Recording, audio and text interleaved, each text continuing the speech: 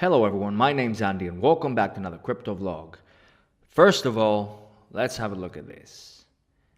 Thank you very much Agietha for using my link. This is the first person clicking it and I'm really excited about it.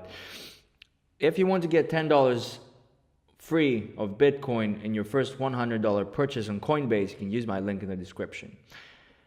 Alright, so Bitcoin has hit $13,000. I mean, it's not 13 exactly now. It dropped a bit, but 13,000. Jesus Christ. And we just keep going. Cryptokitties. Okay, it seems people are getting really concerned about these CryptoKitty thing.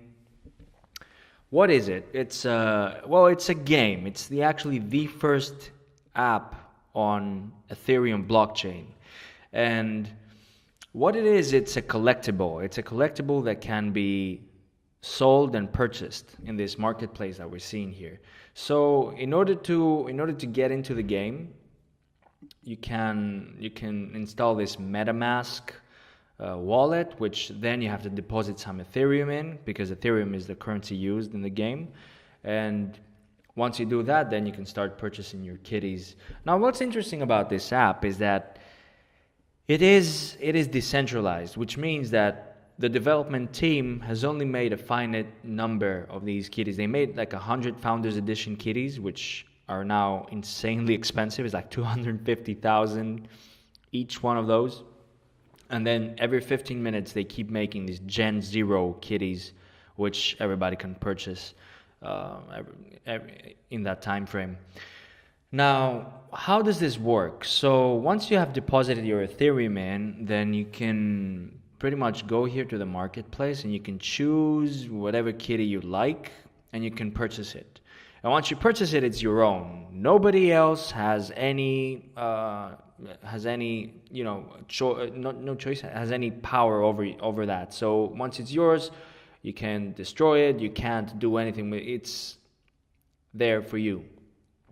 Now, the advantages of a decentralized thing is that later in the game, let's say 6 months from now, the developers, they cannot bring any more kitties to the game. So as generations keep going, there's no possible way for them to program anything new in terms of new kitties. So they cannot put any inflation into this game, so that's good about the price. The other thing is that in order to have new kitties, you have to kind of breed them. So you can choose 2 of them and you can breed them, and then in that way you can have these colorful results. The more, I guess, the crazier the look is, the more expensive the kitty is going to be. And it's pretty straightforward from that. You can breed and then buy or sell and breed again. The only thing is that one of the factors that kind of drives the price, that's the thing with games, that there's a lot of factors driving the price. With this one is that is collectible. The second one is, you can see here it says snappy cooldown, and there's a rank of cooldowns as of to how often a kitty can breed.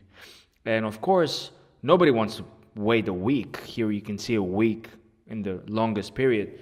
Everybody wants the 1 minute, right?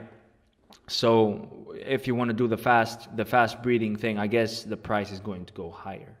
Now, my question is that what is going to happen with this and the prices in a year from now? So let's say that let's say that I have a kitty, a Founders Edition kitty, and let's say mine is a virgin. It's never bred, so it has a fast breeding time. And in a year from now, I have a virgin kitty, Founders Edition, very expensive, and then I'm willing to breed it. The price would go super high just because it's rare. That's the kind of thing that drives this thing. It's how rare it is. What are the attributes of each kitty? So you can see here some cattributes, they call them.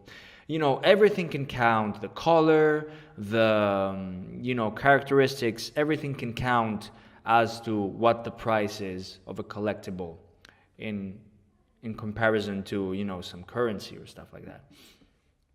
Now, why is this important? What's the big picture in this? Well, the game itself might seem stupid, you know, might seem very simple, but that's what attracts people. You know, everyday people, they're not professional gamers, they just want to get into something easy. The easier it is, the more likely it is people are attracted to it, especially if there's some monetary gain in it as well. And the way I see it is, I see it mostly as a stepping stone for other things. It kind of shows potential in what can happen on a blockchain, apart from just daily transactions of money. And then, you know, kitties can, I guess, kitties or whatever you might want to call it in the future, they can act as a different way of payment or a different way of interaction between people. I could even see this as a stepping stone for more mainstream adoption in terms of other cartoons, you know, or whatever. What if in this same format it was a Pokemon trading card game? You know, I think the adoption would be very fast and very big, especially if it was still decentralized.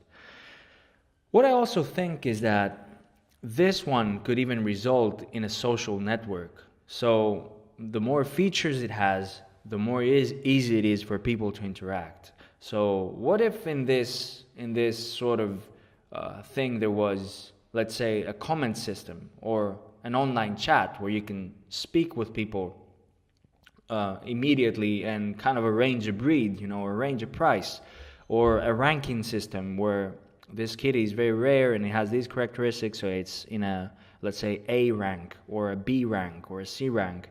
You know, all these things, they all add up to how much people are attracted to this. You know, the more accessible it is, the more access you have to other people as well, the easier it is, of course. And I think they say it in their page that if you have any opportunities to discuss with them, they're open to hear your thoughts. So one last thing about it is, I'm thinking that what happens if you hold the kitty and let's say the game does well enough and in a year from now you decide to sell it, especially if it's one of the founder editions ones or a Gen 0. I think in those cases, you know, it's kind of like the Pokemon cards. If you search for Pokemon cards from 1997 or 1998, they're super expensive, some of them, and that's because they're not being printed again. So that's a very major factor that drives the price up. It's the same case. That's why I think there's so much potential in this. As simple as it looks and sounds, I think it's a very good first step to understand the possibilities of the blockchain apart from monetary transactions. So I think it's a very good place for a market to start. I guess we'll have to see. This has been it for today. Thank you very much for watching. If this video was any help to you, please subscribe and I'll see you tomorrow.